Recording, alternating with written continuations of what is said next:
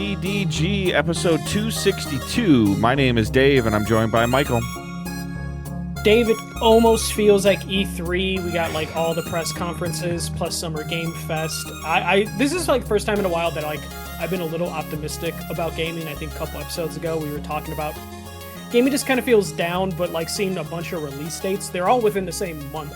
But seeing games and getting dates has kind of got me excited for the rest of the year. Yeah, there's definitely been some good rhythm. We had a good, like, whatever it was, June 2nd to June 9th run there, like a solid 7 days of stuff to talk about and stuff to see. We previously recorded our thoughts on the state of play that happened late last week. And this episode, we will be covering the stuff that happened over the weekend. So we are recording a couple of hours, 12 hours or so after the Nintendo Direct, as well as the day after, or 2 days after, the Xbox event, and then a couple more days after Summer Games Fest. So we are Digital Days Gaming. We are a podcast that releases when content desires that we release.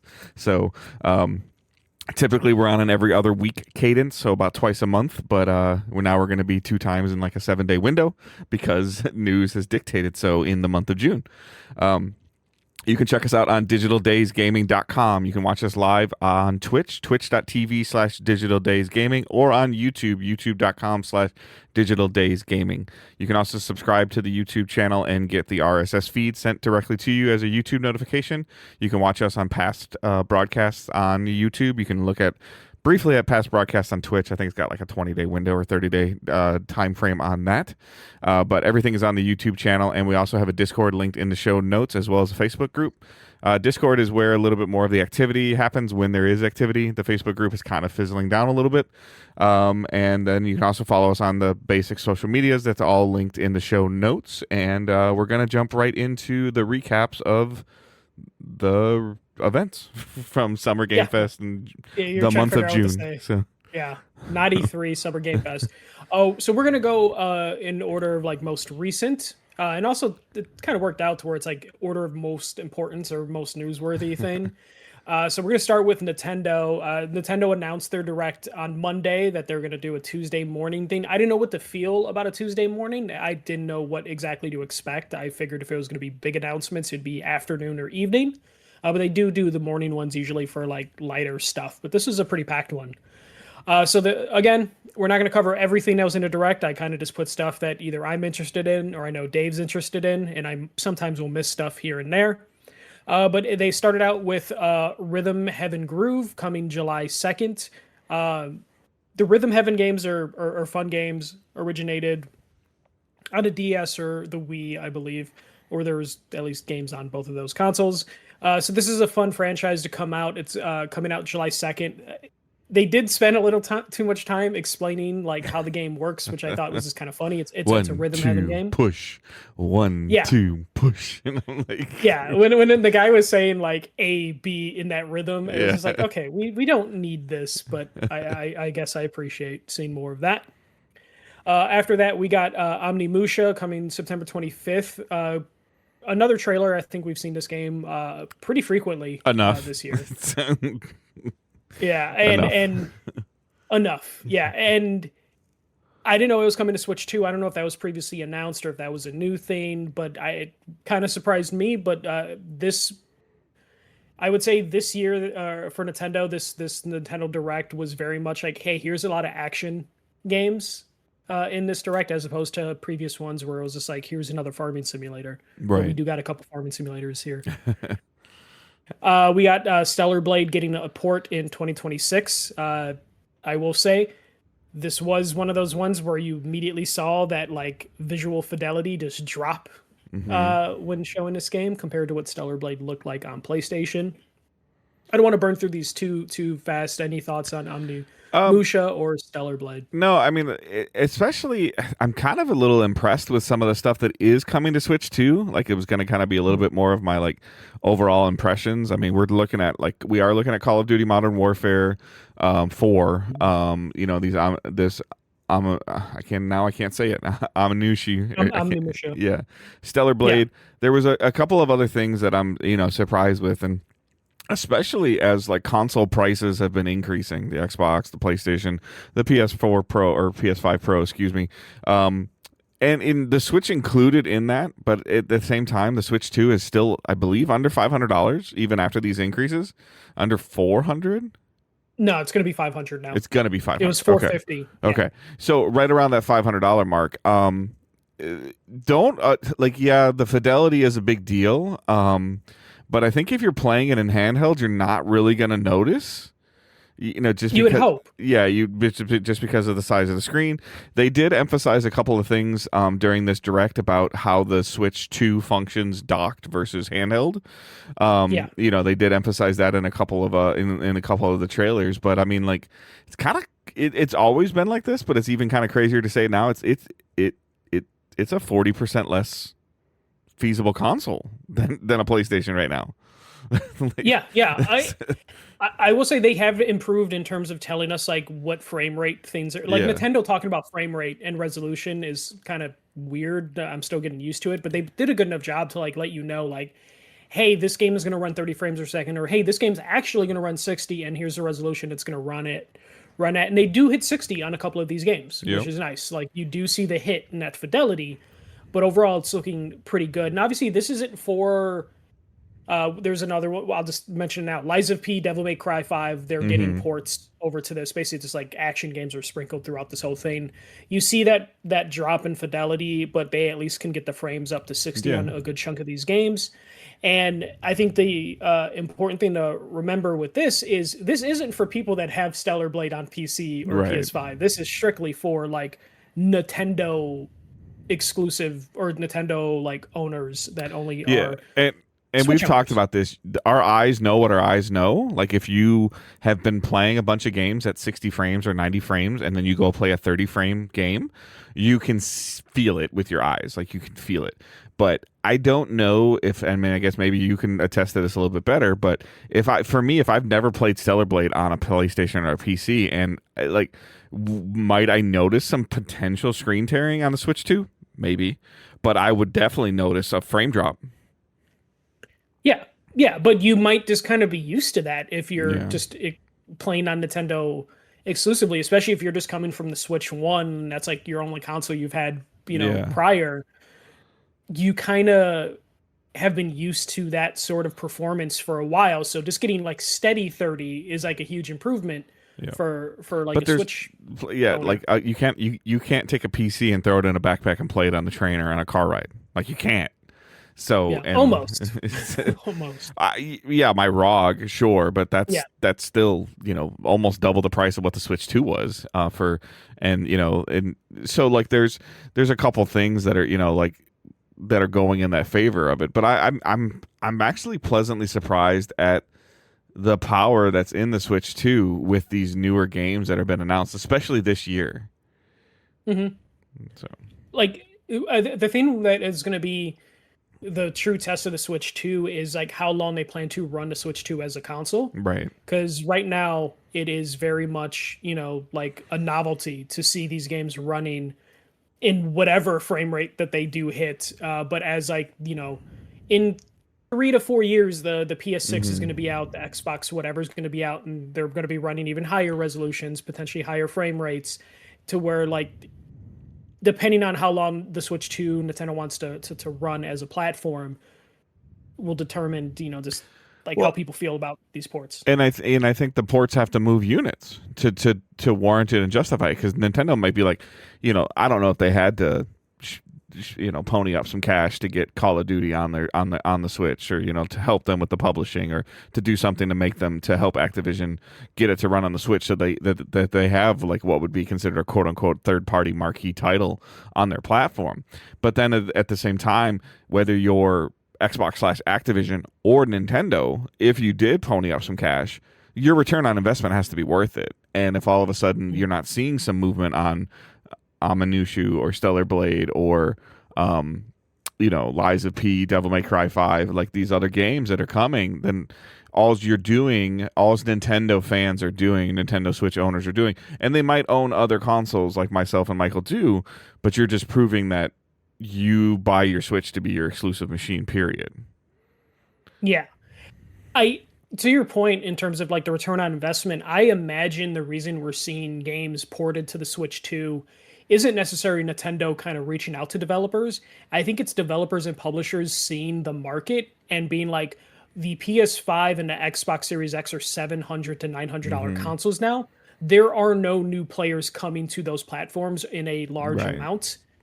So we need to somehow, and we may have capped, in terms of Hmm. like, okay, we saw Stellar Blade's like sales on PS5, Stellar Blade 2, this is your limit, like Yep. unless you're like a generational breakthrough. So they need to pursue other markets, and the Switch is that market for them, a Nintendo platform of just like, fuck, the next 3, 4 years are going to be pretty dire. And of the three consoles, the Switch 2 is probably the only one that's going to sell consistently for the next 3, 4 years because people are kind of already own a PlayStation, already Yeah. own an Xbox. There's no growth there Especially as for more them. first party comes out. Yeah. Yeah. So it's just going to keep growing, and they Yeah. know Nintendo's stable. So it's like, hey, we either need to just like hope to that the continued sale or like whatever sales we did last time, if we hit those sales, but know that there's like a limit on those platforms, or take a shot at Nintendo and hope that we can capture some of that market that seems to be growing. Hmm. Because the console prices are crazy. We'll talk about it during Xbox a little bit, because Xbox is like, hey, we have a special edition console, and I immediately was like, who the fuck who's buying that? It's like Yeah. $900. But like you said, Nintendo's like $450, $500 now. Yeah. It's just like that's still cheaper, Hmm. unfortunately, compared to all the other consoles. After that, we got One Piece Grand Gourmet, which is a One Piece cooking game, that's coming. I think even Owen today was Um, like, "What's that?" I was like, yeah, it's- that's coming October 23rd. Apparently, there's like 400 characters. I mean, One Piece has got like a yeah. thousand, 2,000 episodes, so a lot of characters to pull from. I did skip something. Orbitals is a co-op game coming September 3rd. This had a lot of people talking because the art style looked really good. I believe it was shown at a Nintendo Direct before. But Orbitals looks pretty cool. Nice art style. Co-op game. I think online and offline two-player. Looked really cool. I could see Dave. You sometimes like to dabble in the co-op games from time to time. I don't know what's your hit rate on finishing co-op games. I know I'm pretty bad at it because I still need to finish the Joseph Ferris game. I can't think of Split Fiction. Yeah. That's still on my list. I'm like halfway done but yeah, Orbitals looked pretty cool. It's got the anime inspiration, like space game. Yeah, I must have missed this or So not that paid very much attention during this point in time, but I mean, I'm looking at another trailer here. Kind of gets some side-scrolling vibes to it, obviously. yeah. So yeah, it's interesting. This maybe piques my interest a little bit more. Yeah, co-op game coming out September 3rd. We have the first expansion for Pokopia coming in August. It was a little confusing because they said something was launching today, but then they said the expansion's coming in 3 parts starting in August, and they're adding in August the ability to go explore underwater. So something's out today, and then the expansions are coming in 3 chunks Okay. starting in August. They're adding a next generation of Pokemon. So they showed a bunch of different Pokemon. I don't think it's just a generation. I think it's just like a bunch of different Pokemon Yeah. from various generations. I'm excited about this. We beat Pokopia in my house a long time ago. I've been meaning to get back to just clean up and do more building. This is just another reason to do that. And this was Hmm. one of those games where I saw how the water, like in the game currently, you go towards the water and you kind of see like caverns and like caves underwater, but you can't get to them because you can't swim like that. And now I know why it was set up that way, so they can do an expansion, which I don't mind an expansion this soon. Yeah, I mean, like you talked pretty positively about this game multiple months ago, and it was doing pretty well and trending really well, even on streaming platforms and everything too. So, Owen Yeah, knew what this it, was. I it, don't. So, it's currently my game of the year, but I haven't finished 007 yet. So we'll see if that like pops through. After that, we got Fire Emblem Fortunate Wave coming September 17th. The other Fire Emblem game, they kind of just pump these out. This isn't really my I'm not a days Fire thing. Emblem guy, but they look cool. But I'm Yeah, not a guy. Like, yeah. it's not my thing. Art art style always looks good, and again, they kind of pump them out. We got Donkey Kong Challenge events coming to Donkey Kong 64 and Donkey Kong Bonanza, as well as some costumes like Mario Luigi costumes coming through the events or unrelated to the events, but hitting those up. I still need to get Bonanza, Dave. I don't know if you've picked that up at I have all. it. I haven't played it. Owens beat it, I think. So he was. It piqued his interest for a second, but then I think he saw challenge levels and he's like, whatever. So Okay. Yeah, I need to finally pick that up because I didn't know there was an expansion for it already hmm or coming. So I was like, damn. We already talked about Lies of P, Devil May Cry ports, Muramasa, Revenant Blades. It's a remake of the 2009 Wii Vita game coming in early 2027. Just one of those like classic RPGs that people hmm all love. Art style holds up and looks good remade. We got Xenoblades Chronicles 1, 2, and 3 Enhanced Switch 2 editions out this year, starting with 1 today, 2 in July, and 3 sometime in 2026. If I had a guess, Dave, I would say September, October before Yeah. November for that third one. Yeah. For before GTA. Yep. Yeah, yeah, before GTA, maybe November 1st. There's a lot of people that I think were pretty excited about this in general. Like just like some updates and some just like older games getting even just basic quality of life stuff to where it kind of like a little bit more modern controls. People are kind of get a little excited for. Yeah, the only thing I'm curious about, they did do a Switch 2 enhanced edition of Xenoblade Chronicles X that hmm kind of ran like dog shit. Oh, okay. That it was actually better to display the Switch game on your Switch 2 in handheld mode than to download the enhanced edition. So hopefully they figured everything out, and if they did, they can hopefully patch Xenoblade Chronicles X to fix up like some of the issues it was having. They did follow that up with a Xenoblade Genesis announcement and trailer, and the game will be launching in 2027. Uh, Dave, I know you said you don't have much experience or any experience with Xenoblade Chronicles. hmm I have very little, but man, do all the games look the same to me. It's really hard for me to differentiate like new ones, old ones, I and think this brand is new one of those ones. games that you play for the combat and you play for the story. And you just want to immerse yourself in the world, and you one plays like two plays like three, and then Genesis will play like three. It's just like I'm sure that there's much more depth to it than that, but I just like this like Xenoblades is a pretty like no, I don't think I've even played 30 seconds of a Xenoblade game, and I know what it is when I see the logo. You know? Yeah, it's got that skybox. Yeah, Like soon as you see the yeah, sky, you're like, that is a yeah. Xenoblade So sky. Like they are good at that. We got Nintendo Switch Sports Resort coming October 22nd. Thumb wrestling, okay, Dave. yeah. They spent a lot of time on thumb wrestling. Any thoughts on Nintendo Switch Sports Resort? No, I think I'm kind of past the motion fad. Like it's just I don't have enough people over at the house regularly enough to do anything where I think this warrants anything. So like it looked interesting. It just kind of looks like that they've taken like Wii Sports Resort that we had and Pilot Wings and they just shoved them all into this game where they're like, "Oh, look, like the controller you can tilt and I'm like, "Okay, like that looks cool and it might be fun once or twice, but then I'm done."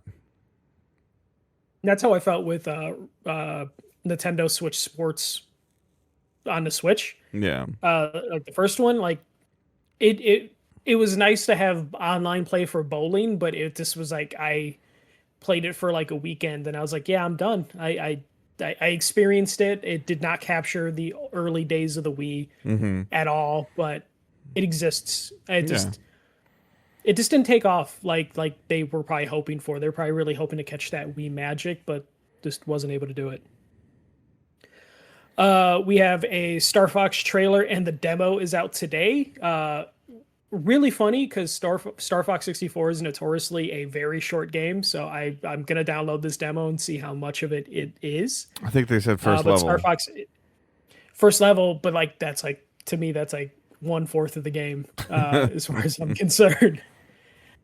So I'll probably play that. Are you a big Star Fox No, fan actually, back I in the day? enjoyed the Star Fox like third person kind of like non-flying game. Star Fox Adventures, I think is what it was called. I enjoyed that one Yeah, a I little remember bit that. Yeah. better than I did the.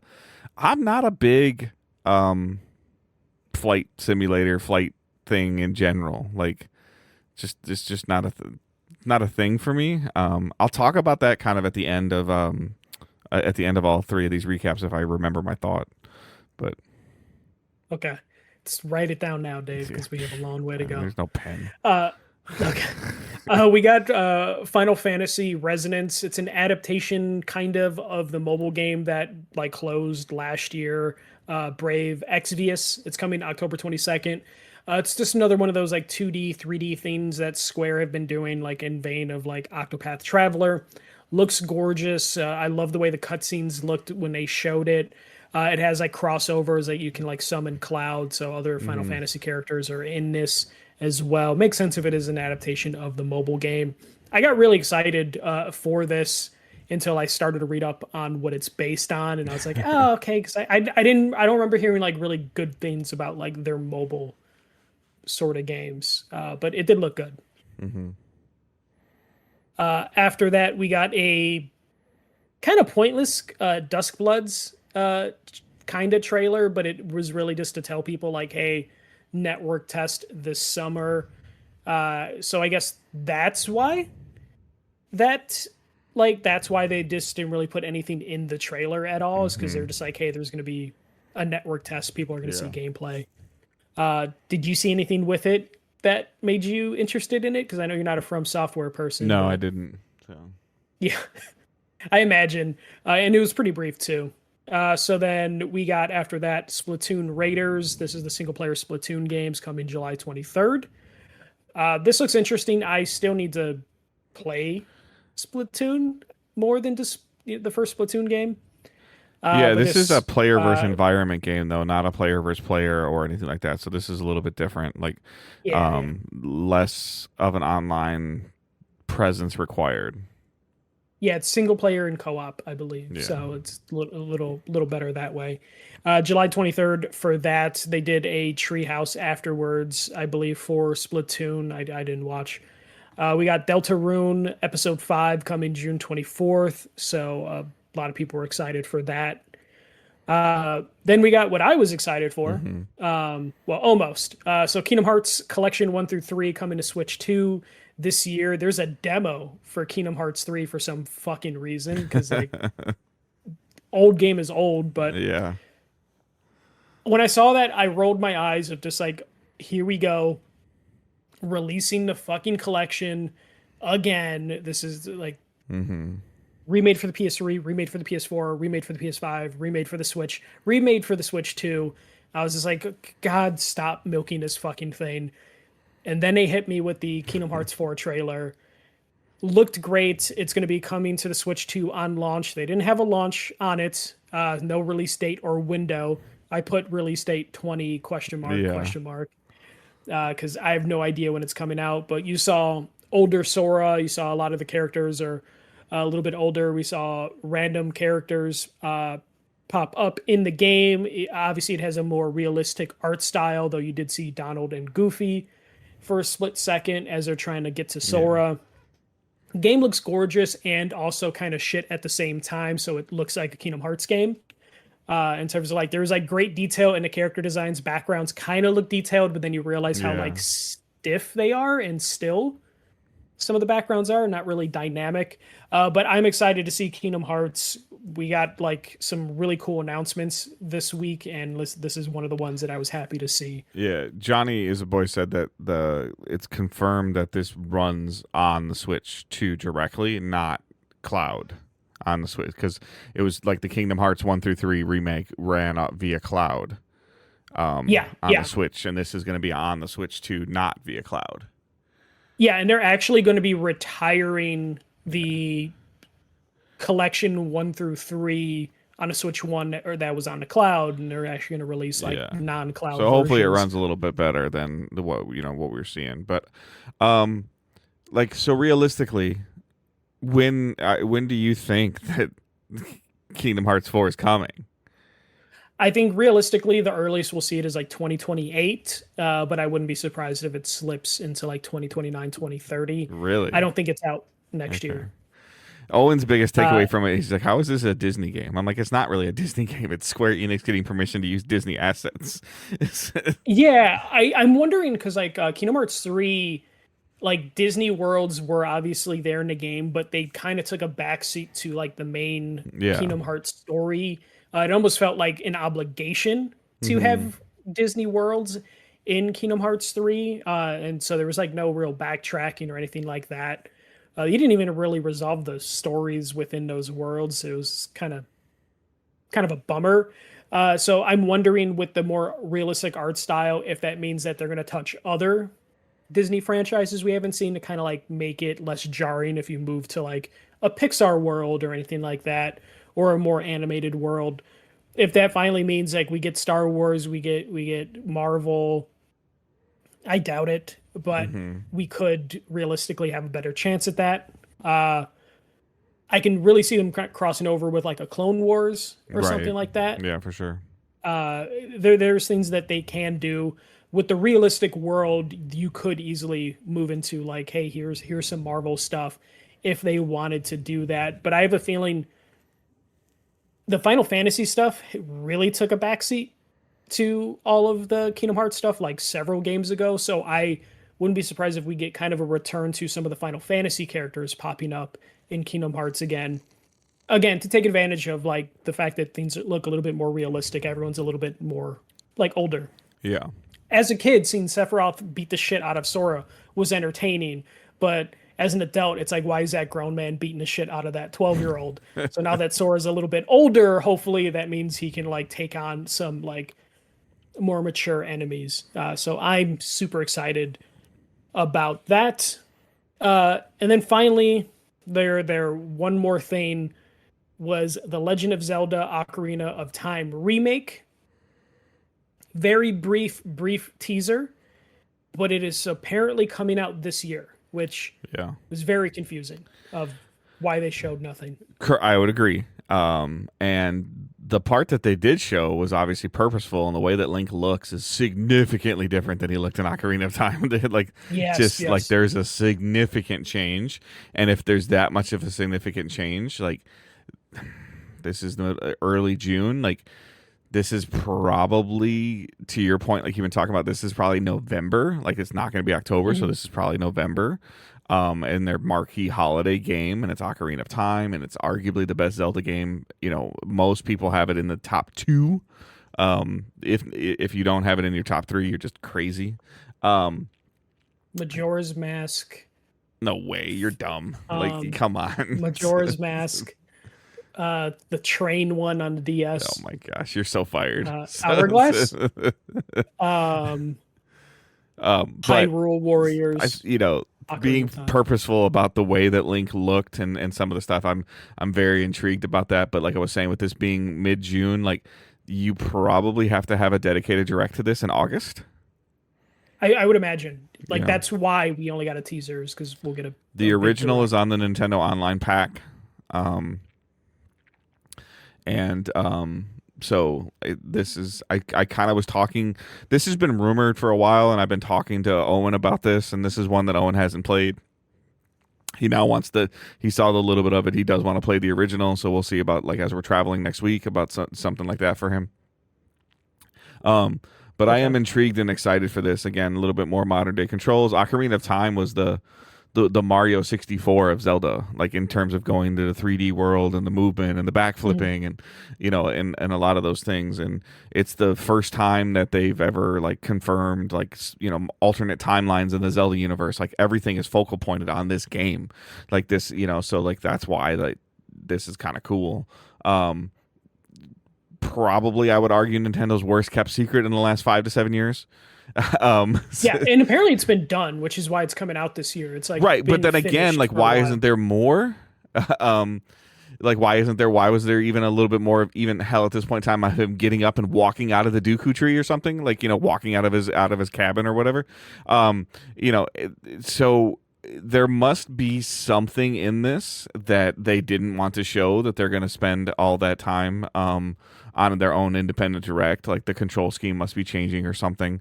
So I'll be very curious about this. But typically, Nintendo is very strategic about how they date, especially their Zelda games, even though they have delayed them recently, but they're usually pretty transparent with what's going on with their Zelda games. So this coming out and being announced in June and having a 6-month window on it is rare of what I can remember for Nintendo.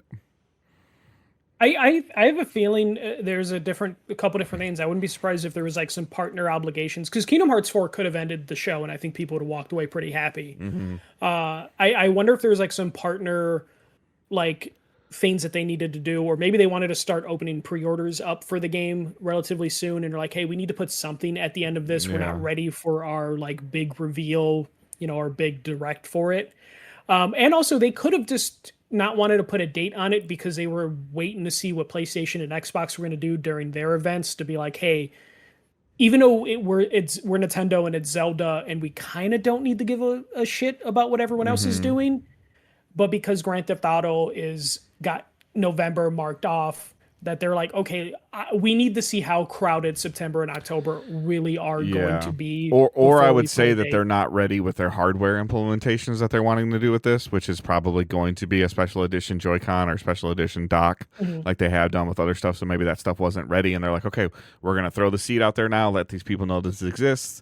They are doing another. I feel like they're doing it. They said something about a direct that they're doing dedicated to a game at the end of June.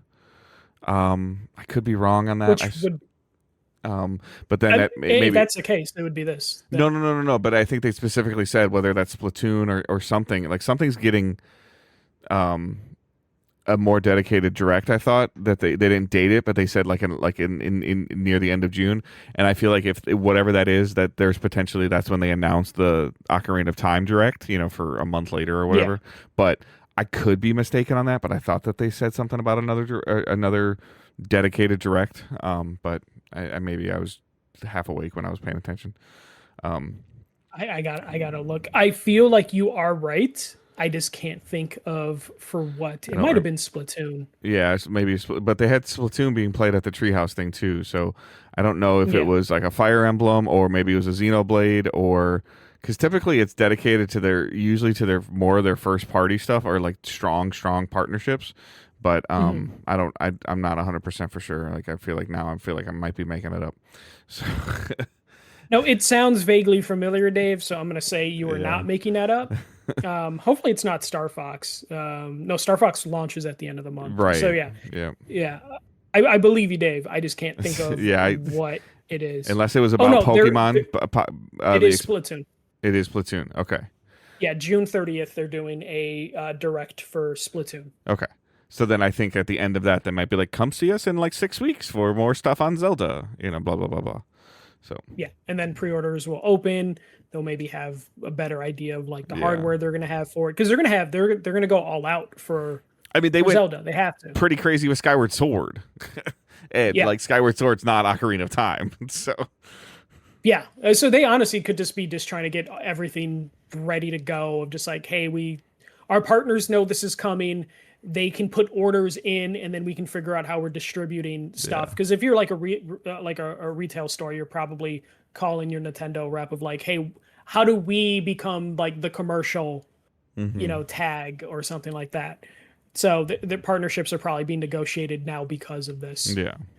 Especially, again, Grand Theft Auto is going to take a big chunk of the market, but that is an M-rated game. Yeah, that is not the Nintendo Switch customer. Yeah, and Nintendo Switch customer has no choice because they're not getting Grand Theft Auto. So correct. I'm sure Walmart, Targets are like going to go to Nintendo of like, hey, we really would like to like partner up and have exclusive stuff and posters and end caps, because we can't put a GTA logo on the end cap of the Walmart with Yeah, and it just would make sense that they would do that. But Dave, what did you think of the Nintendo Direct? For me, the only thing that really piqued any of my interest at all was Ocarina of Time. Like, okay,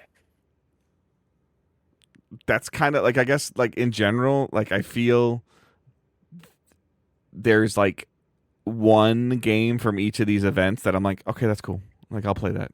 Mhm. And the other ones I'm like, I don't know enough about that. Like so it's there's a lot of people that are super excited. Johnny's in chat today saying this direct said, this direct meant that he's buying a Switch 2. To get Johnny to buy hardware is hard.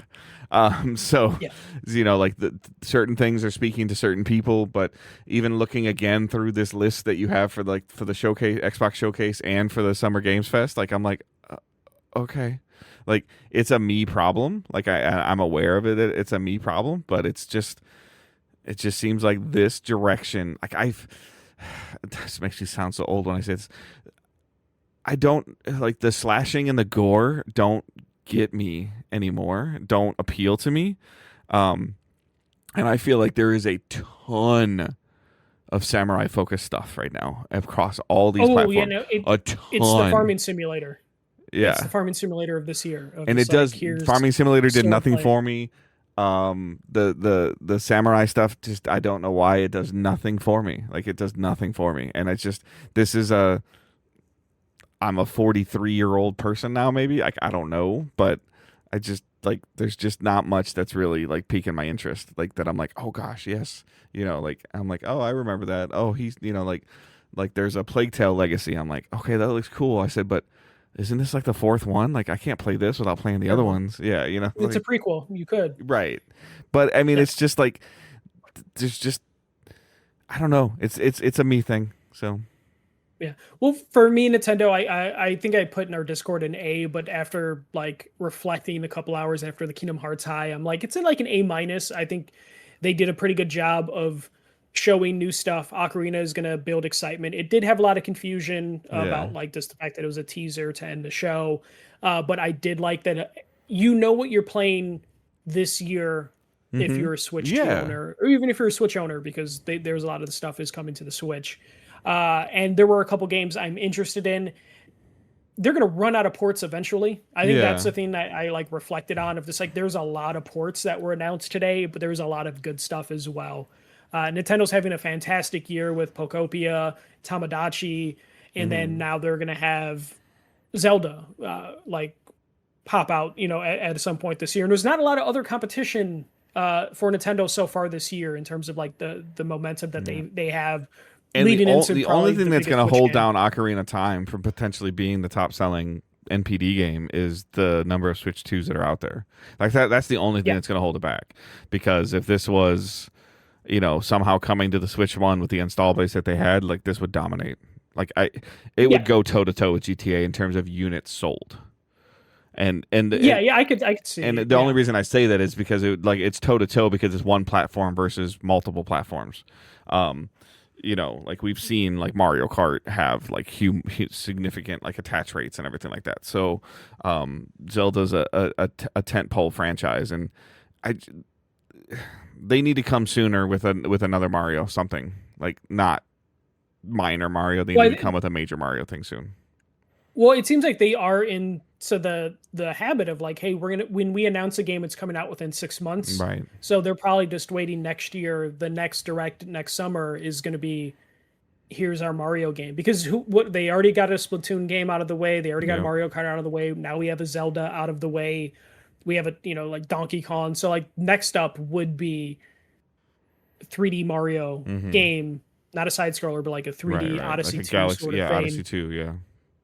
And so I would imagine that will be next year. That will be something for next holiday, which will give them another strong push in like this like bad market to try and sell a Yeah. console to still move hardware. Yeah. I mean, Uh, in terms of conversation and what I saw on social media and some discords that I'm in, like this is a solid show. Like this is like like this had some stuff for the people that enjoy their Switch and want to play and want to play games that are fun on the Switch. Like they hit all those marks on this part. With again, I'm impressed with their third party potential library that's coming. yeah, no, it's they seem to have hit like a groove pretty early with the Switch too, which is nice to see. But we'll move on from that talk because we'll probably do an overall talk about all the console platforms at the end of this. Next one that we're going to talk about is the Xbox Showcase that was on Sunday. Uh, Pretty good show. This is the first Sharma show that she was in charge of. She's only been in charge of Xbox for what, like 3-4 months now. So Correct. probably not a lot of things that can be changed, but there were a few things that you can tell were directives from their new head of Xbox. So they opened the show with Gears of War E-Day. This is probably the best I've seen Gears in terms of I'm interested in playing it because I I never agree. really liked the Gears aesthetic. Gameplay's been kind of whatever. Gears was pretty like I don't want to say revolutionary, but it was like every Third, game copied yeah, that Gears play style. third person Doom. Yeah, third person cover shooter Yeah. was because of Gears of War, and it just never did anything for me. But this being a prequel, it's like several years. This is like takes several years before the franchise starts. It's their version of Earth being attacked. Looks fantastic. Mm-hmm.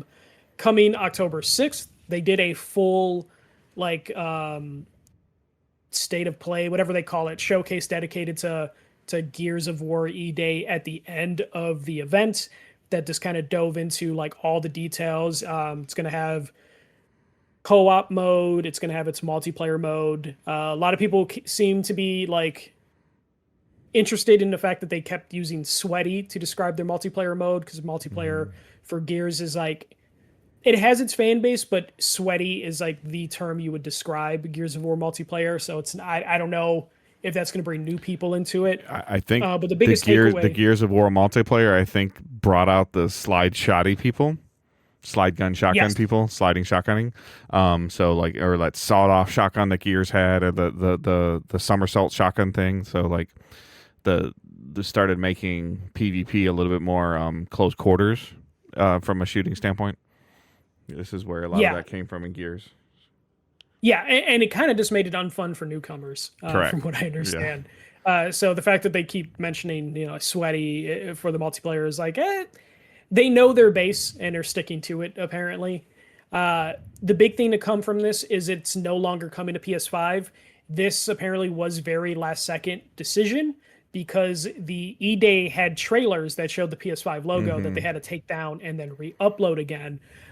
They did clarify that single player games will most likely stay exclusive. Games that are like live service multiplayer games will be coming to PS5. Though this game is technically a multiplayer game, they just decided don't think it's to a live pick and service choose. multiplayer game though. I don't think this is like potentially seeing. I don't think seasons are going to work for Gears. I just don't think it's going to work. No, yeah, but they did say live service and multiplayer games. They did make Yeah. that distinction. There seems to be that classic miscommunication happening amongst the execs at Xbox, which was kind of like the I thing feel that like this is one of the ones that they could like the other than that like they had that one Gears like we tried that, it didn't work. They put that Gears remake or whatever on, and whether Yeah. it worked or didn't work, but like they're not contractually obligated. It didn't have to do with acquisitions of other studios or franchises. anything like that, like because like I mean I know we're going to talk about it next, but like who was making Fable for a while before? It was like Fable was Peter made Molyneux's and it was on multiple studio. platforms, right? No, It's always always Xbox been exclusive. Xbox only. This is where it gets confusing. So Okay, all right. Fable, we got a character trailer for more serious take of the game. I think this is the best Fable has looked, even though there was less gameplay in this trailer. It's coming February 23rd, still coming to PS5. Their reasoning behind it is it was already announced for PS5. I was gonna like that Technically- makes sense. Yeah. I'm really struggling. I put this in the Discord chat. Like I'm really struggling to understand what this game is. like It's a fantasy RPG that's quirky and sometimes serious. and because you the, can the, marry the what they people. showed us in the caves in the night, and I'm like, who is this? I was like, That's your main character, I guess. yeah, but they showed us before, like on a farm, walking around grass, and like, But that's kind of what Fable is. Fable has always kind of just been like a blend and mix of so many different things. This is probably the best it's looked for me in terms of wanting to play it. But again, it's weird because like based on this, it's like, hey, we already said it's coming to PS5, and we probably don't want to take the financial hit of canceling the PS5 version. Gears of War is slated for October 6th. The trailers still had PS5 logos in it. That either means that they are eating a shit ton of money that they had already invested in a near finished version of Gears to come to PlayStation, and they're just like, hey, we're just going to eat the cost of this thing. Or in their back pocket, they're like, hey, quietly finish the development on the PS5 version, and then if we have to go back on our word in a year, we can release it on PlayStation to get a couple more sales out of it and like recoup the cost of potentially losing money on Gears. Was Fable pre-orderable? No, I think it was now it's pre-orderable. Okay. I don't believe you could pre-order it before. It might have had a store page, but not where you can pre-order it on PlayStation. But no, this is just kind of the confusing thing with Xbox, and this is where Xbox messaging has just seemed to hurt them this generation, and honestly last generation as well. And that is just they can't get everyone to say the same shit at the same time, and then they release stuff that contradicts them. To where it's like, if you can cancel Gears of War E-Day 3-4 months before it's going to release, you'd think you would cancel Fable for PS5, months out from a release. Because I like the Fable franchise, but it's not like gonna do fucking huge numbers on PlayStation. It's not gonna be like, oh, I'm gonna switch over to Xbox. So it just seems weird that they would do this. Yeah, because I think VGP had to cancel their Gears of War pre-orders because they were taking pre-orders on Gears of War on PS5. Jeez. So like, it's weird. What were you gonna say, Dave? No, I mean, like, I think this is Sharma trying to like make her impact and be like, look what I'm doing. Like, this is me trying to move hardware. Like, because like that's probably what the board was the most disappointed on. They did say like in one of these interviews that when they increased the price of the Game Pass subscription, they lost millions of subs. They said that was quoted from Xbox that they lost millions of subs. There's been a lot of hate or a lot of weird stuff on the online. I hate the poor word, sorry. Of like, oh, the people that 6 months ago or 12 months ago they were championing, championing a not exclusivity are now championing exclusivity. Like, most of it is that they are parroting what they've heard. Like Spencer stood there and was like, for everyone, everywhere, like, and he was trying to. He overcorrected on the brand that he was building. I still don't necessarily agree with the direction that like Sharma's taking Xbox right now. I think that you all the toothpaste is out and she's trying to shove it back in the tube. But I think this is more strategic planning and placement for they're placing blocks, foundational blocks now for the Helix. Is what they're doing. They're preparing for the Helix. Like, she's looking at the Series X as a lost cause, like Spencer looked at the Xbox One as a lost cause, and it started building those blocks for the series. And then him and his team focus was on accessibility to gaming, which is why the Series S exists and the Series X exists. His focus was on accessibility to the games. He felt for whatever reason that he wanted to make Xbox the most accessible platform. It failed. It failed because he lost his job. Now is the direction that Sharma's taking it now, is this going to be the right direction? I don't know. When prior to the pandemic, when we were talking about is Game Pass the right direction for Xbox, we said we didn't know, but I'm going to ride the ride as long as I can. I was pleasantly surprised during this entire event where I'm like, okay, cool, I can play that on Game Pass. Cool, I can play that on Game Pass. Like, I'll try it. Like, like there was a lot that I was pleasantly surprised with that. Yeah, the only thing I would say about the Game Pass thing is they were not clear what tier was getting what games. And I don't think there's tiers anymore. I thought she eliminated them. She wants to look at the tiers again. Okay. I still believe there is like a tier thing. Yeah. So that was the only confusing thing with some of like the third party. And I guess full disclosure for me, I don't care. I have the highest tier because I just don't even want to think about it. Yeah. And I will get the highest tier again once, like Gears of War comes out. I'll do my 3-month thing. So my whole thing is like, I was happy that Xbox and PlayStation were coming to other platforms. So I was happy about them doing that.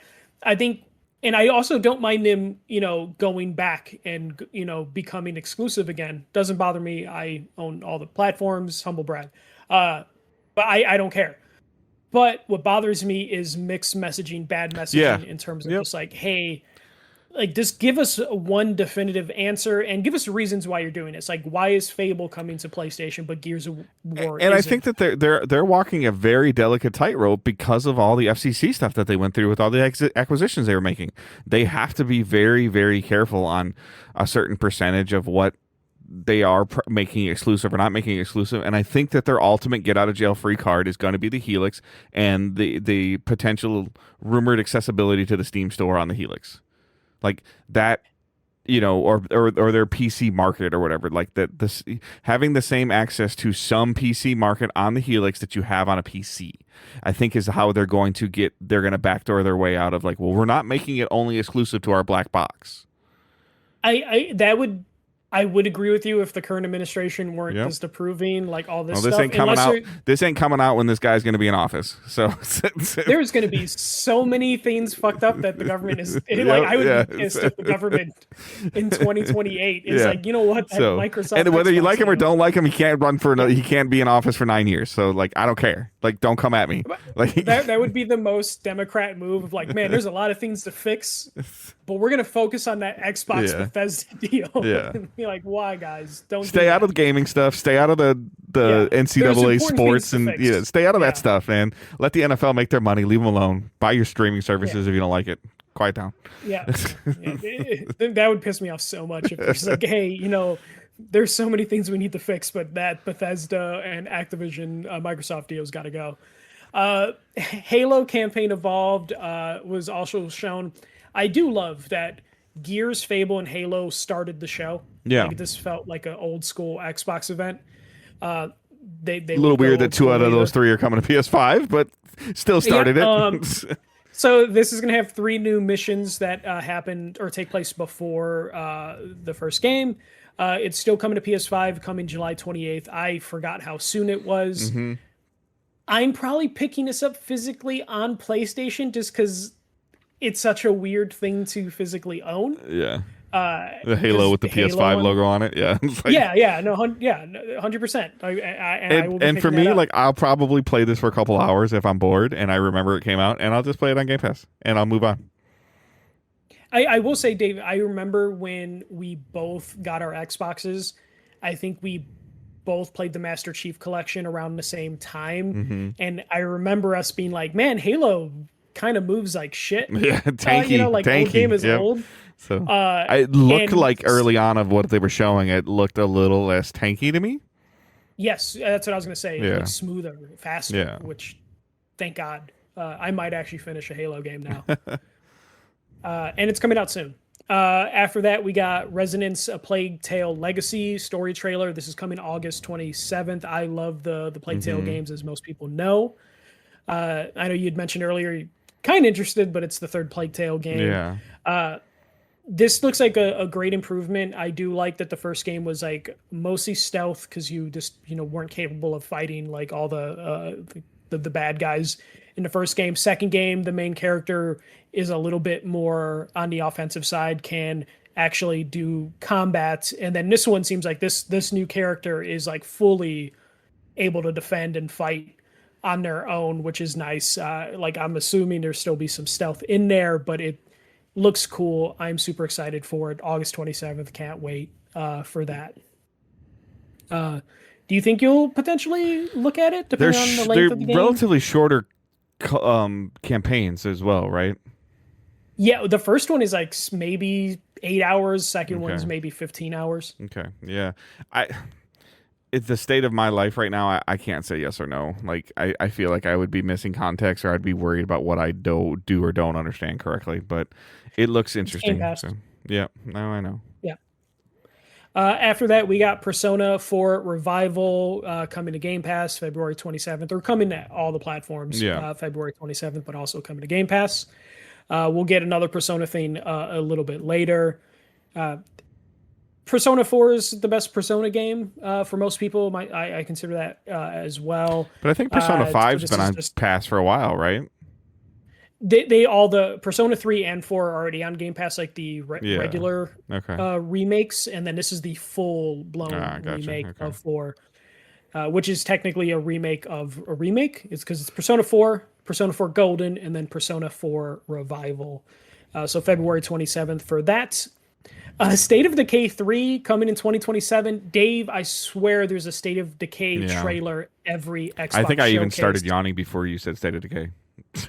Yeah, like it looks okay, but I don't know if these games ever come out. It's the third game, but I feel like we see every time there's an Xbox showcase, we see a State of Decay trailer, and I'd never know if this is a new one. This is the same one we saw a couple years ago, but 2027 for that one. We got a new game announced, Metro 2039. First gameplay shown, coming 2027. A lot of people love the Metro I franchise. like the yep.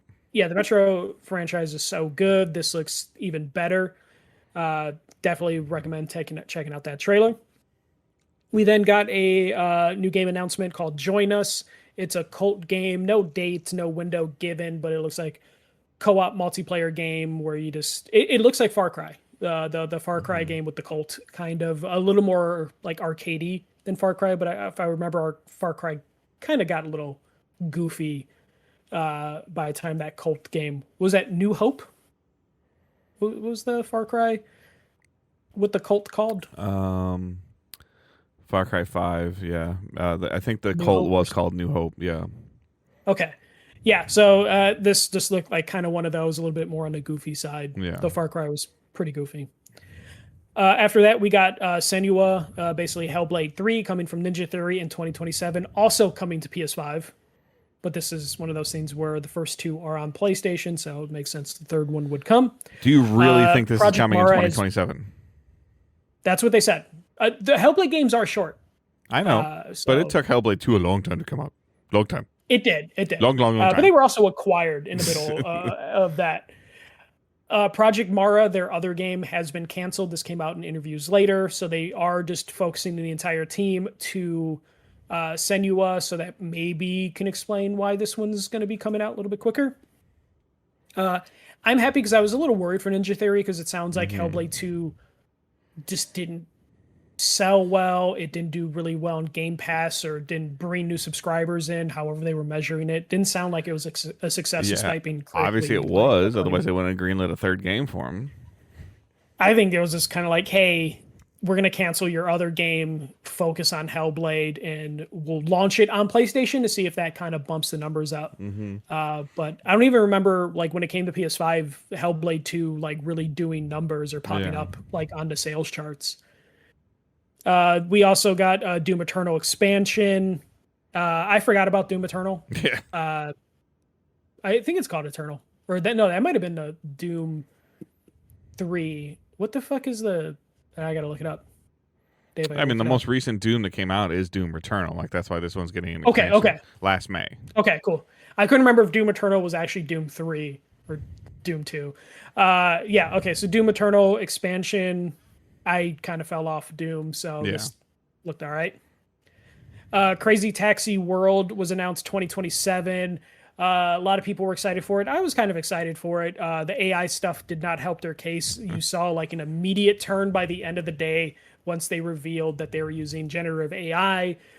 They clarified they aren't using AI for any of the performance capture, but they are using AI basically for art. But then they're replacing that art with actual human-made art, which still doesn't really help. And it also begs the question, why have the AI generate art if you're just going to have a human just redo all the art anyways? Sounds like it's more of like a concept art sort of thing that they're trying to do. But man, in this world, like, maybe don't announce your intentions to use AI the same day you're announcing your game, because it was a very quick turn on social media and like every podcast that I was listening to after. Yeah, I mean, I didn't really see much of this controversy around it. Like, I remember Crazy Taxi. Crazy Taxi was like a Dreamcast like launch game, wasn't it? It is. Yeah. Yeah. So I remember that kind of being like now I would call that kind of like a gimmick game, like a gimmick launch game. And I'm not demeaning Crazy Taxi at all, but like this does nothing for me. Okay. So therefore I don't care. Like, yeah, cool. You can it's Need for Speed in a taxi where you drive over power-ups. Cool story, bro. Yeah, no, it's one of those things where I was excited to see the trailer. They had the the offspring in it because they had to. But then I kind of started to logically think about this of this like, so is this like a $10 game, a $20 game? Hmm. This can't be a full price game because Crazy Taxi is just kind of you run missions and Yeah. you fulfill tasks, and it Yeah. sounds like it's not even Johnny's the like a point. full If it's open more than world. $20, nobody will care. No, and that's my thing. It's just It's- like, what is it gonna like? What is it gonna cost? Because like, and this was like I a almost feel the franchise in general was, I feel like, was a rebuild or a port of a quarter eater, right? Like an arcade quarter yeah, eater. Yeah, yeah, yeah. yeah. So like, so you can't charge more than $20 for this game, especially But after you announced AI assets. yeah, yeah, no, but it just immediately just kind of like takes it down a notch of just like, Who's making how this? much are you gonna charge for this? It's Sega. I don't know. It's their Okay, internal teams. I don't think they okay. really name their internal Thank teams. I God could it be wasn't a wrong. Microsoft-owned studio. For Yeah, no, Microsoft's no. This is standpoint. Sega. So So, yeah. Sega announced that they're remaking what Golden Axe, Yeah. Crazy Okay. Taxi, and Jet Set Radio around the same time, and this is the first one that Okay. has been or not remade, just reboot or something. I don't know. It made me worried for Jet Set Radio because if they're doing AI stuff for Jet Set Yeah. Radio, I'm It's gonna be being like, re AI-ified. yes, yes, yeah. Also, I just don't trust companies to be like, hey, so like we're gonna have the AI make like stop signs and bushes, and then don't worry, we're totally gonna have a human just redo that afterwards. It's like, no, you won't. If So it's there and it you're gonna works, pay you're gonna somebody to not. trace over something that something already made for you? Come on. That already probably copied another human Yeah. to So, make it in the like, first place. It's like you're not doing any of that. But yeah, this is Sega's big bet because they canceled their Super Sega Mega forgot game. to announce the giant pile of money Microsoft handed them to be all over Game Pass. Yeah. But this is big for Sega because they had remember they announced those three like reboots and they were Yeah. saying like we're making the Super Mega game that's super secret. They canceled the Super Mega game. Mm-hmm. So now they're just going to rely on like these three reboots in Sonic. After that, we did get the Xbox 25th anniversary console thing. That console looks beautiful, but holy shit, who the fuck can afford an Xbox Series I'm not paying X at, like, $1,000 for a translucent $800? green Xbox. Sorry. No, no. I kind of looked at mine of just like, how can I just take this shell apart and just buy a Yeah. new shell? Because Somebody's gonna do that. Somebody, I guarantee some someone third already party, did. or you can get it on Etsy. So it's already there. Like, Yeah, I'll look into it. Like, it can't be that hard. We got Minecraft Dungeons 2 coming September 29th, still coming to PS5. We got a new game announcement. Magicians, Devil's Deal. This looked like Dishonored, Bioshock yeah, kind of mixed together. It kind of has some interestingness to it. Yep. Yeah, I really like the art style. There was a little Fortnite-y with the art style, which I feel like Crazy Taxi also had that Fortnite art style and a couple other games. The This is concept Xbox looks and really PC cool exclusive. though. So Oh yeah, it kind of gave me just like some the different- Bioshocky vibes, but Yeah, Bioshock and Dishonored in Yeah. terms of like how it moved. This is Xbox and PC exclusive, so Focus Home Interactive and I forget the developer are getting some Xbox money to be on Game Pass and be Xbox console exclusive. It looked really cool. I love the magic trick stuff and want to see how that levels up, despite some of the art style problems. Valor Mortis got a date of September 24th. Castlevania Belmont's Curse coming October 15th. this looks cool. So, Yeah, look cool. Did you see the box art for that game? Looks amazing too. Almost made me be like, you know what? I don't like Castlevania, but I like collecting boxes. Persona 6 was announced. a This is logo. what I feel like. Wow. Okay. But this is what Microsoft has been building to by giving them Game Pass money, is so they Yeah. can have the announcement for Persona 6, and I think it is going to come to Game Pass too. So, pretty big catch for them, even though it's a logo with no Yeah. release date. Spyro, a Realm Nobody Beyond. cares about this game. Nobody cares about Oh this guy. fuck you, Dave. Fuck you, Dave. This was the other. This probably This thing I was. this most show excited went up for. like a grade no matter what when that showed up. One whole letter grade for Michael no matter what.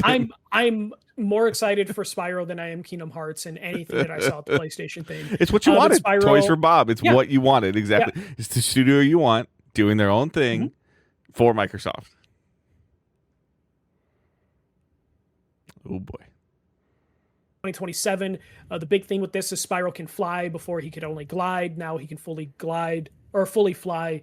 The cool thing, like there's a lot of people like worried of like, oh, is it just going to be flying? But like you did see stuff on the ground Yeah. briefly, very quick teaser, spring 2027. I was so happy and excited for this, Oh, and it's coming to Johnny, PlayStation. I'm totally just messing with Michael. Like, cool. I'm happy he's happy. I knew he was as soon as I saw it. I knew he was happy. So Oh yeah, yeah. But this is why I put Xbox over PlayStation in terms of yeah, grading, is just because I got that Spyro announcement. Looked really cool, Dave. Like I again, like you said, the studio I wanted yep. making a game, and it is a sequel. It's not 2 weeks them ago, just 3 weeks ago, making we talked something. about Dream Scenario, and you said Toys for Bob doing a Spyro game. So Yep, yep, perfect studio to do it. I trust them. They did the Reignited trilogy. It was great. no, Johnny, It's, they're independent. Toys for Bob is yeah, not owned by Microsoft anymore, so you can't say it'll fail and they'll be back to making maps and Call of Duty soon enough. If they fail, then it's gone. yeah, yeah. No, if they fail, PlayStation is like, hey, do you want to come make Jack and Dexter Yeah, games yeah, for yeah. us and acquire them? But yeah, no. As an independent studio, they even talked about it in interviews of like they wanted to get out of the Call of Duty minds. Yeah. Like they did not want to make Call of Duty stuff anymore. Okay, so 2020 or no, we don't. With the Spring no 2027. spring 2027. Okay, Yeah. I'm gonna put you on the spot. Game Pass, yes or no? Game Pass for sure. I believe it had a Game Pass tag on it. Oh, okay. I don't remember if it did Yeah. or didn't. Okay. Yeah, it did have a PlayStation and I think Switch 2 on it as well. So it is coming to everything. I'll get it on PlayStation because that's where Spyro belongs. God He damn said it! they will fail and be making great indie ripoff of mascot games. No, that's whoever makes Ukulele. Gyro. That studio already Gyro. exists. Gyro. He's terrible. Somebody's been drinking something Yeah. tonight or he's awake. He had his Yeah. Red Bull or something. So. He'll be asleep soon. But yeah, no, this looked great. I'm super excited. Whatever I was talking to my wife, and I'm just like, hey, whatever collector's edition they announce, we're getting it. Like sight unseen. Just like, okay, you have a collector's edition, we'll buy it. I have a Spyro shelf behind me. You can kind of see. So super excited for that. We got Clockwork Revolution coming in 2027 from In Exile. Exile. Yeah. This is that. I can't think of the name of the game right now, but This is also the Bioshocky looking game. yeah. But there was another. They Clockwork had a Revolution. game that came out that was funky too, and I can't remember what it's called right now. Prior to this one, but Happy Few. yes, We Happy Few. No. Correct. We Happy Few. Okay, Is it that studio? I Okay. thought it was. This looks super interesting, and we've seen it a lot. And it every time we see it, it looks better. Yes. But I don't know enough about what this game is to decide if I want to play it yet. Like the gameplay looks fun, the style, but I don't know what's going on. Like what's the premise? No, and it gives me like what if Fable took they place made in the Wasteland. You Bioshock said universe? Wasteland. Wasteland. There we go. Okay. It's just basically like, hey, this is like Fable humor mixed in with like Bioshock gameplay. And time travel. Looks really cool. And time travel. Yeah. Yeah. It looks really great. This is also now an Xbox PC exclusive, so Xbox has cut off PlayStation from coming to that, which makes sense. Again, the consistency would be nice. I will, I'm interested in this game. It will either get me to get Game Pass or I will just buy a physical copy. Yeah, and I guess they said outright. it just jumped in my head now that as you keep saying this, but I guess they said post their Xbox showcase that you won't see platform logos until we announce a release date going forward, is what they said. Yeah, and then they also responded to some trolls online that's saying next ones you will never see a PlayStation logo because they just won't tell you if it's coming to PlayStation Yeah. in their events, which some people I Which guess care about. PlayStation does.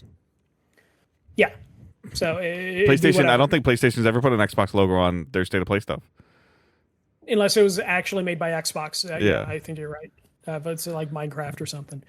But yeah, no, Clockwork Revolution looks And really Nintendo's been good. doing it too. Like Nintendo releases stuff, and then all of a sudden you go to look on a YouTube channel, and PlayStation's YouTube and Xbox YouTube has it too, and you're like, oh, is that a Switch only game? And it's not. So Yeah, it's always been the thing. It wasn't Yeah, until yeah. like last couple years that it like changed. But Clockwork Revolution, like if it wasn't for Spyro, Clockwork would probably be like my game of the Xbox showcase. And then after that, we got Call of Duty Modern Warfare. It was based on the DMZ Sure. stuff, their extraction mode. cool. Cool, I guess.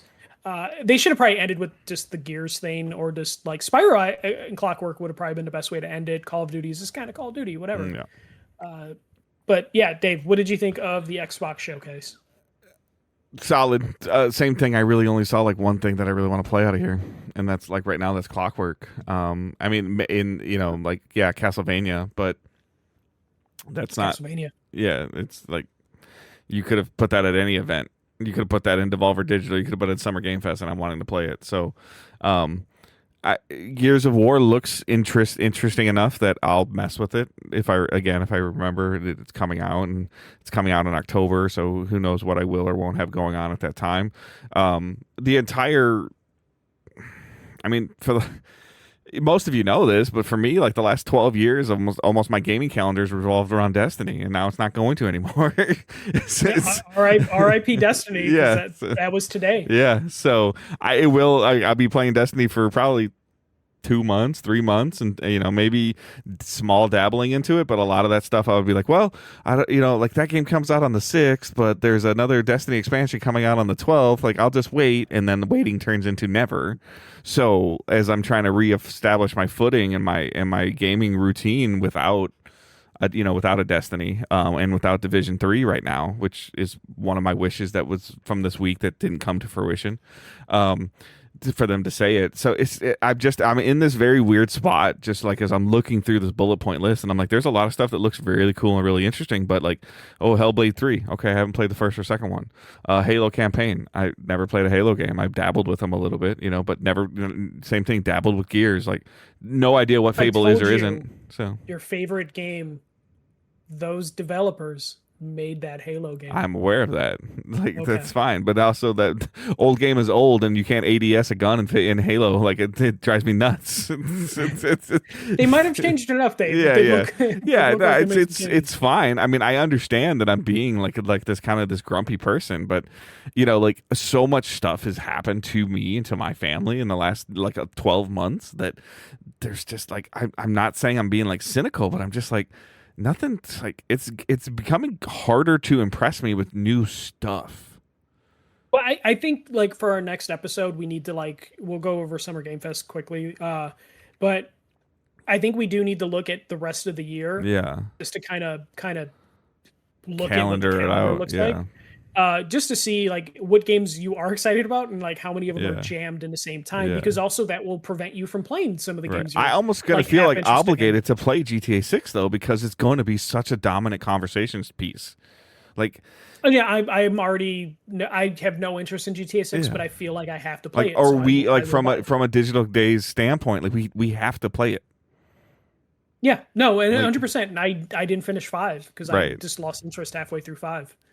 So But I mean, that I'm means willing that to I'm play gonna 6, have yeah. to like, and it's coming to console first, and I got my consoles up in the living room, and Owen just randomly walks out there, and I don't know what the hell is gonna happen to GTA 6 to an 11-year-old. It's like, so it's like, I played Grand Theft Auto since I was like 8, Dave. And I'm fine. okay. I'm a married homeowner, Dave. I turned out okay. All right, GTA didn't break me. But yeah, no. But I'm in the same boat in terms of just like the Grand Theft Auto thing. Like, I have absolutely no interest in Grand Theft Auto at all, but I'm going to play it because Yeah. I feel like I should. I need to have like some sort of like idea of like how it plays, if it's worth the hype. There's gonna be something that happens in that game between hour 14 and 25 or step 12 of a quest that's gonna be like, just, it's gonna light the internet on fire.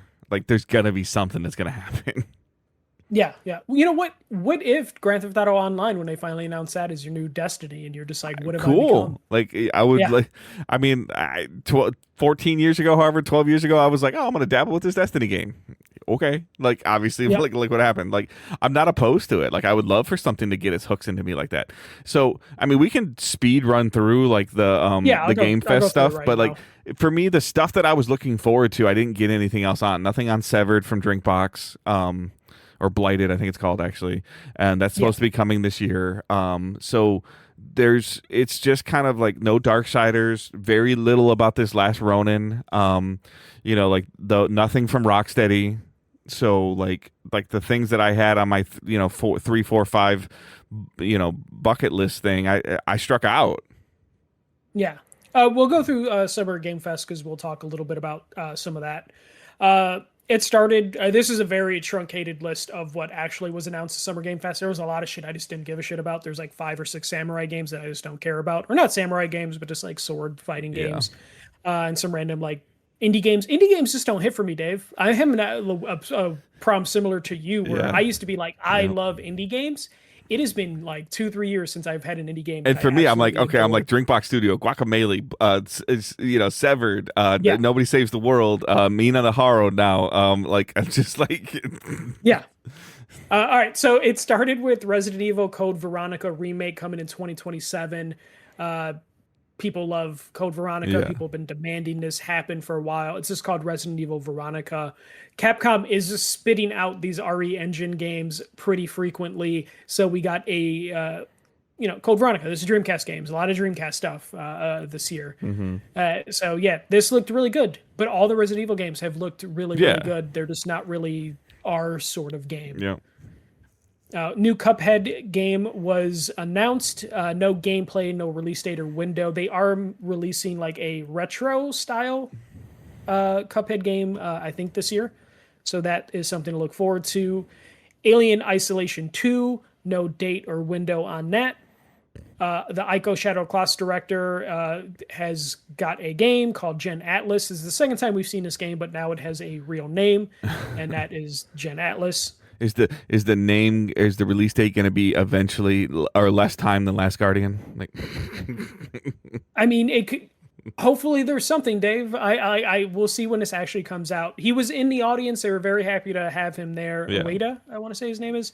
I love his games. hmm I just have no faith that they'll come out. No date or window. That's the one thing that you'll notice a lot hmm with Summer Game Fest compared to the PlayStation Showcase, the Nintendo Direct, or the Xbox Showcase. Is not a lot of release dates during Summer Game Fest, and if there were, there was a lot of 2027 release dates as opposed to this year. We got Stranger Than Heaven. I'm interested in Stranger Than Heaven, though the studio's kind of been grading since like Kiwami 3. The big thing that was taken away from this is Snoop Dogg's in this game and Tupac is in this game. Not like a character that looks like Tupac, but they're like Tupac is in this game.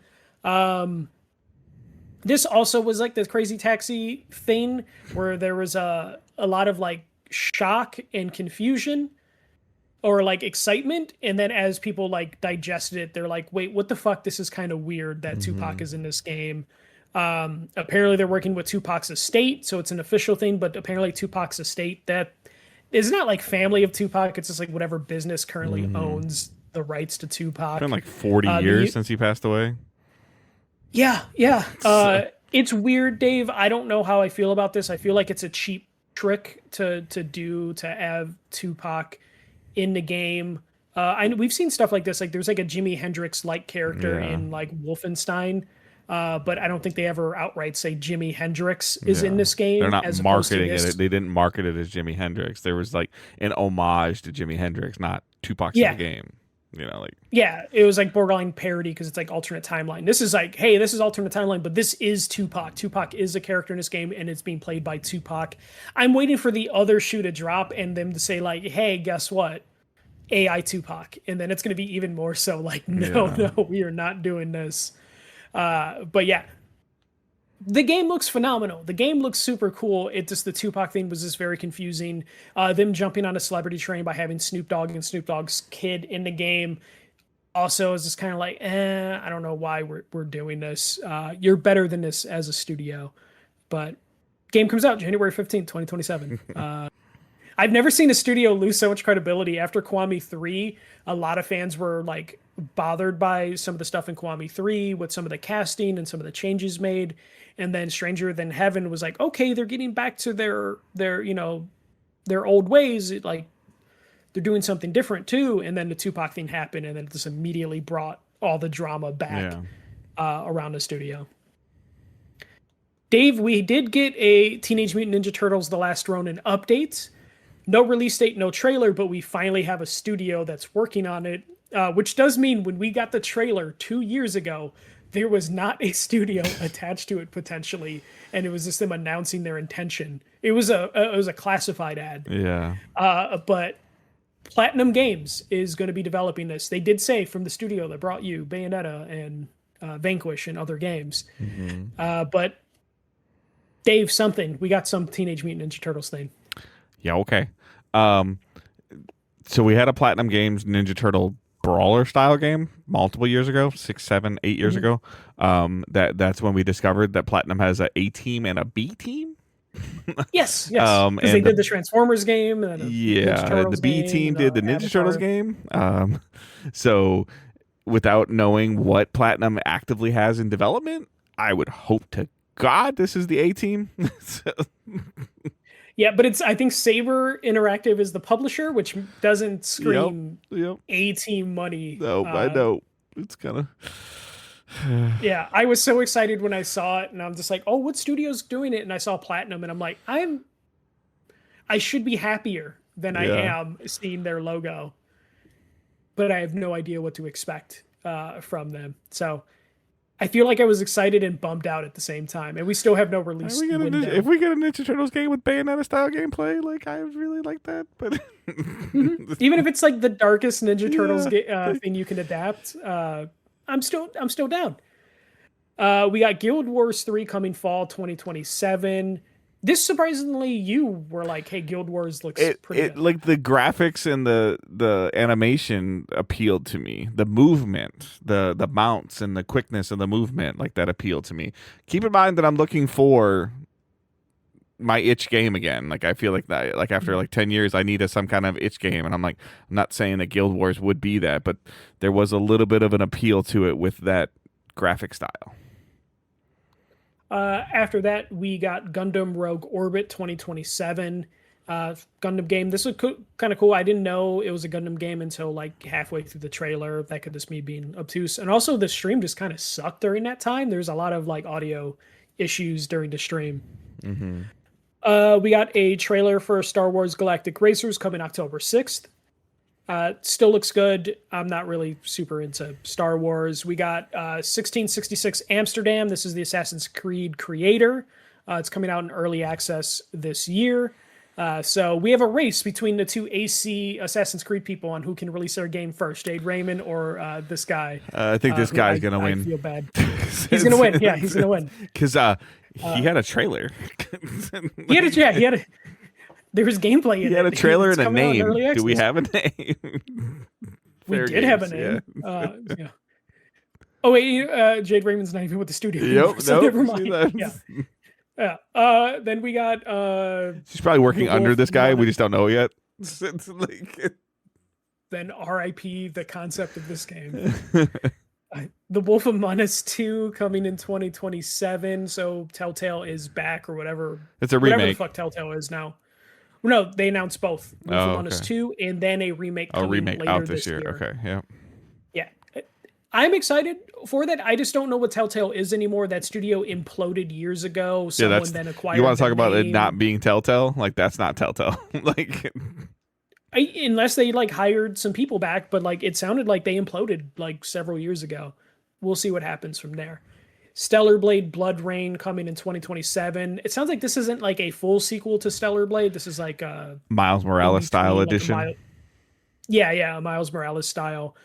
Lost Legacy style. It's not a rip. It's a cool thing. Yeah, it looked like hand-to-hand combat is a little bit more of a thing here as opposed to weapons. It looked all right.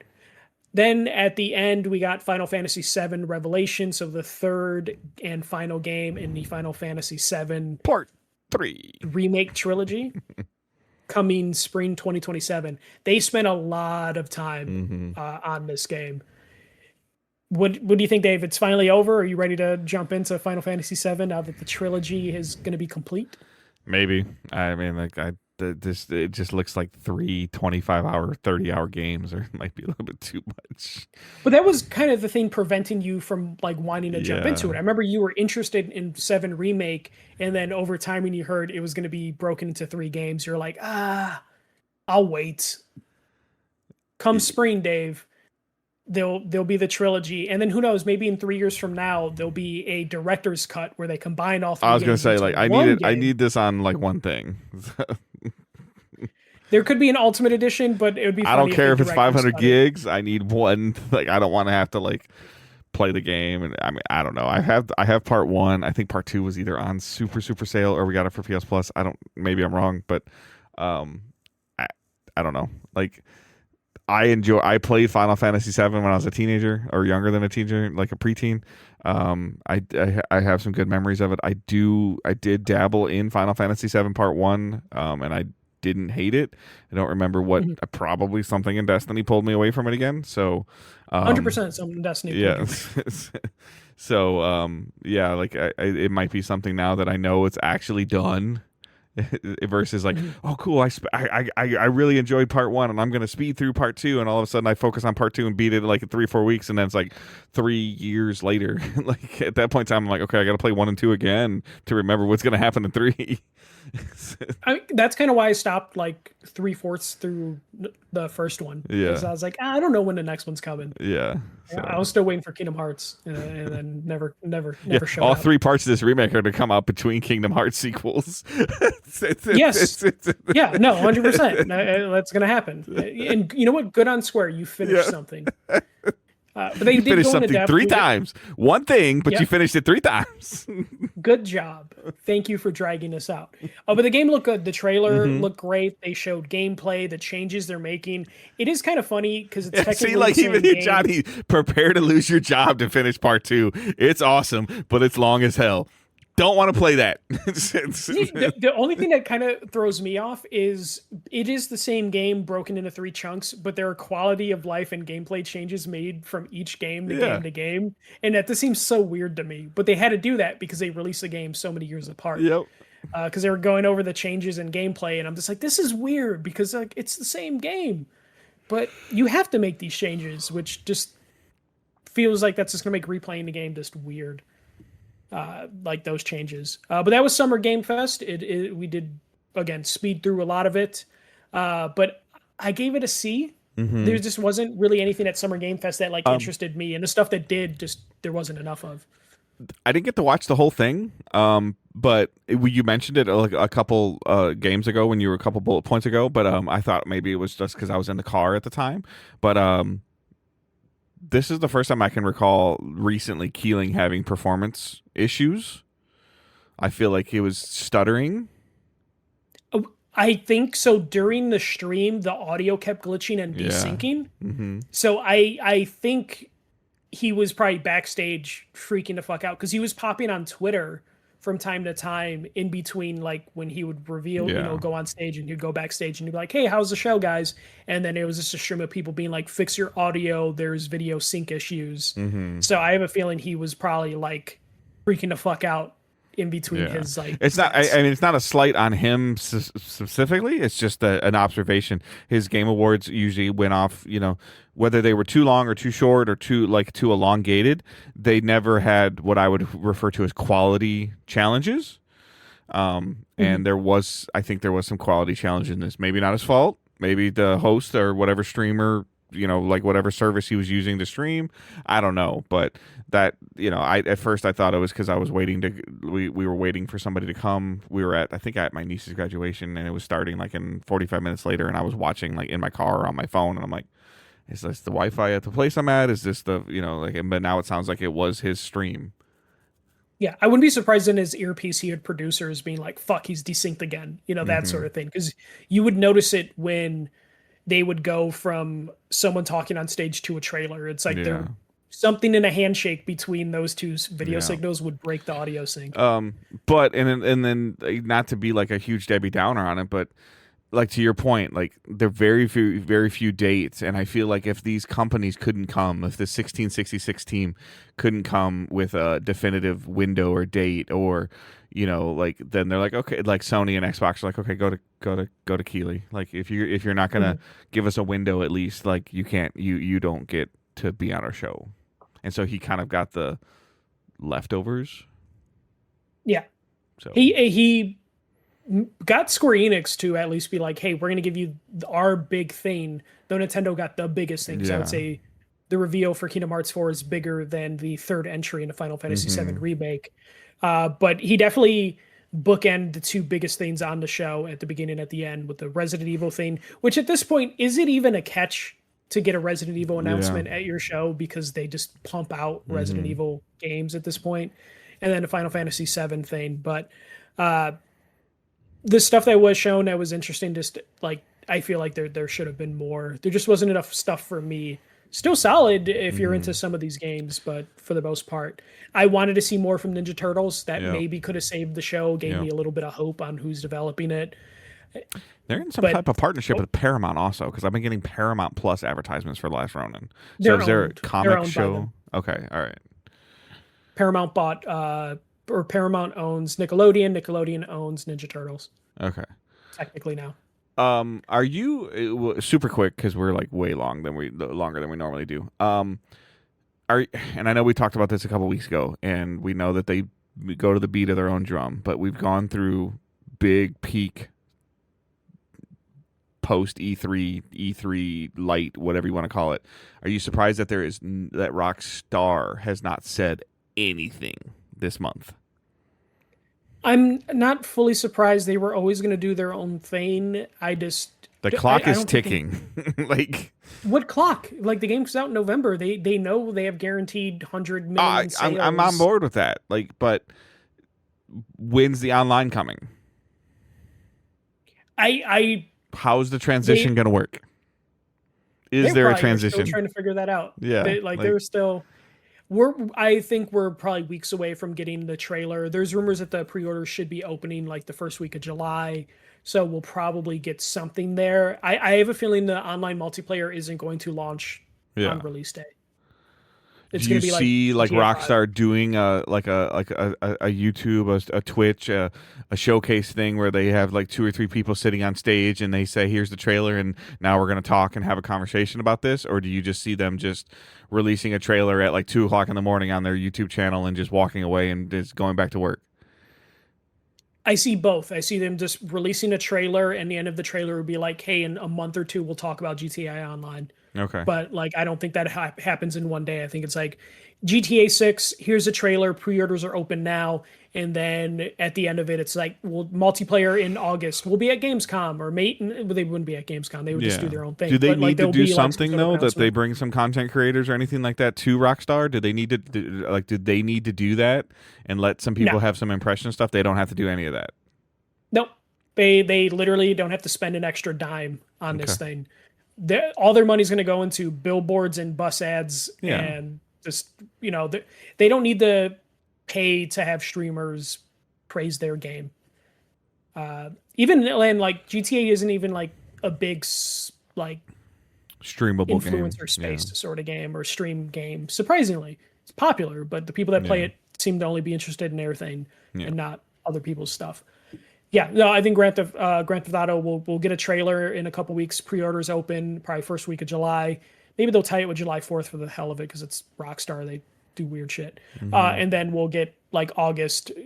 We'll find out in August that the multiplayer is not coming until January. He'll be at the hot dog eating contest and he'll throw off the GTA trailer or something. Yeah. They'll just do it at the White House. They'll just put the ads all over the White House.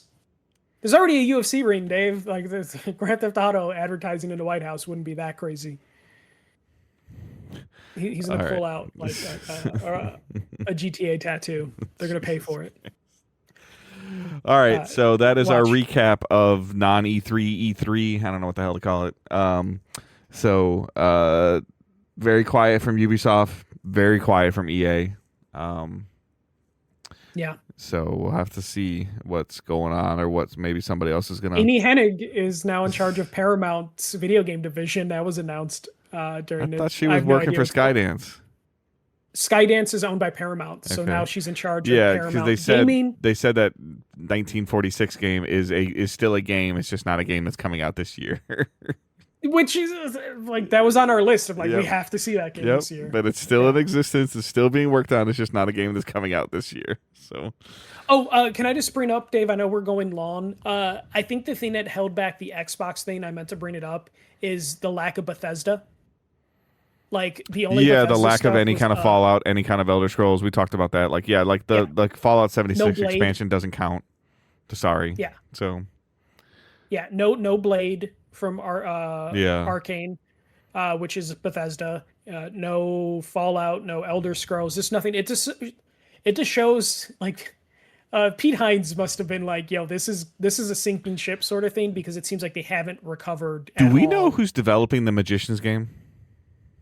It's Focus Home Interactive. So it's not an Is Xbox game, right? no, but Because it the is going to be only exclusive.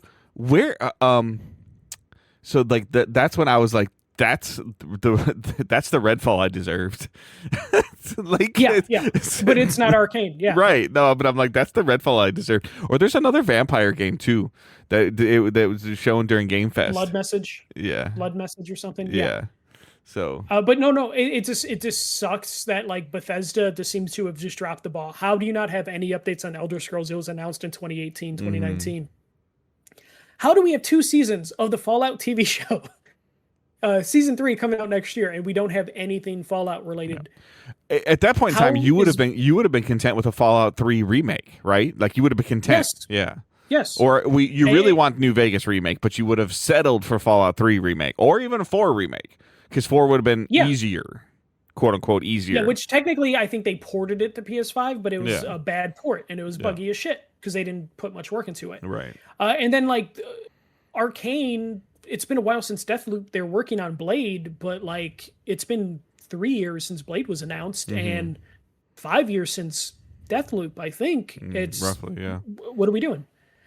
Like what are we doing? And then I guess it is the only Bethesda studio that's released anything recently with Doom. But where's the next Wolfenstein game? Are they just taking a break from Wolfenstein? Well, 'Cause, Indiana Jones too. Oh, I guess yeah. That Yeah. was That did was Indiana Wolfenstein Jones? team, I think.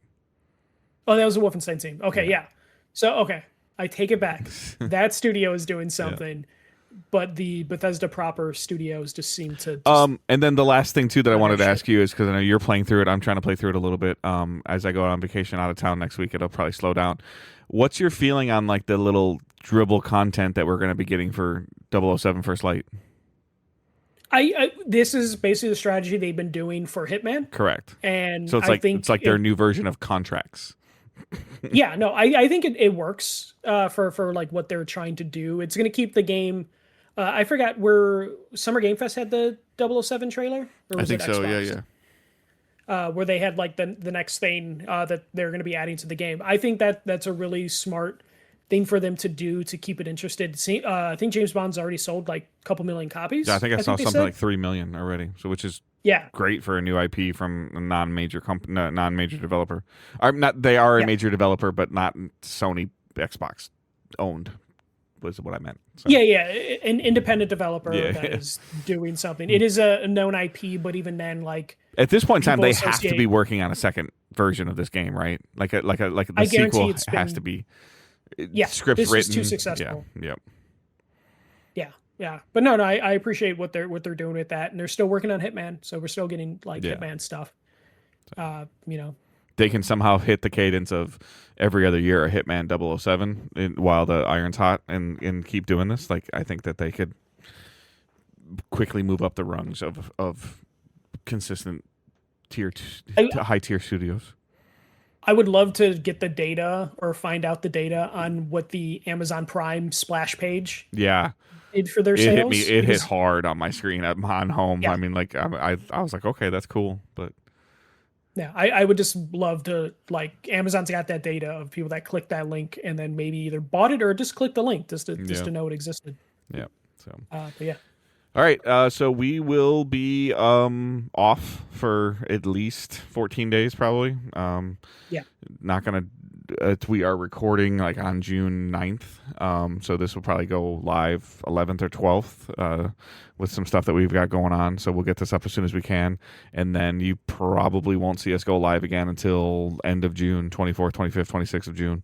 So I'm going out of town on vacation and getting my wife away from her life for a little bit. So, but I hope you guys enjoyed the content. Please consider leaving us some comments, letting us know. I love the little messages of like, people saying like, oh, like Michael just can just randomly recall stuff, and I know when I watch the stream, I can see Dave googling something to make sure he doesn't put his foot in his mouth.